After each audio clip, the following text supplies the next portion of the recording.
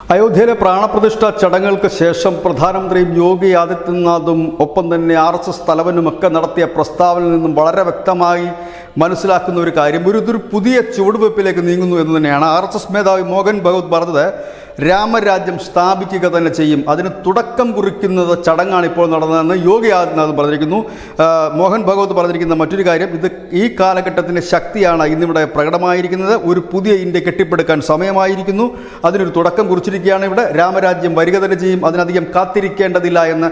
ഏതായാലും ഈ ഒരു പ്രസ്താവന പല രീതിയിൽ തന്നെ വ്യാഖ്യാനിക്കുകയും ചർച്ച ചെയ്തു തുടങ്ങുകയുമാണ്. രാജ്യം ഹിന്ദുരാഷ്ട്രം എന്ന ഒരു സങ്കല്പത്തിലേക്ക് BJP നീങ്ങുന്നു എന്നൊരു വലിയ സംശയം പല കോണിൽ നിന്ന് ഉയർന്നു. ഇടത് സൈബർ ഇടങ്ങളിലൊക്കെ ഇത് ഒരു ചർച്ചയായി മാറിക്കൊണ്ടിരിക്കുന്നു. ഏതായാലും ഇന്ന് പ്രധാനമന്ത്രി പറഞ്ഞതും അങ്ങനെയാണ്, ഇതൊരു പുതിയ യുഗമാണ് ഇവിടെ തുടങ്ങുന്നത്.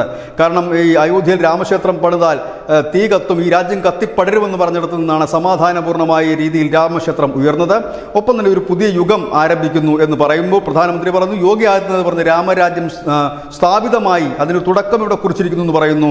ഒപ്പം തന്നെ RSS മേധാവി മോഹൻ ഭഗവത് പറയുന്നു, ഇവിടെ രാമരാജ്യം ഞങ്ങൾ ഉടൻ സ്ഥാപിക്കും, കാരണം എതിർപ്പുകൾ ഉണ്ടാകാം, അത് സ്വാഭാവികം മാത്രമാണ്, അതിനെ വിട്ടുകളയുക എന്നുകൂടി RSS മേധാവി പറഞ്ഞു വെക്കുന്നു. News desk news India Malayalam.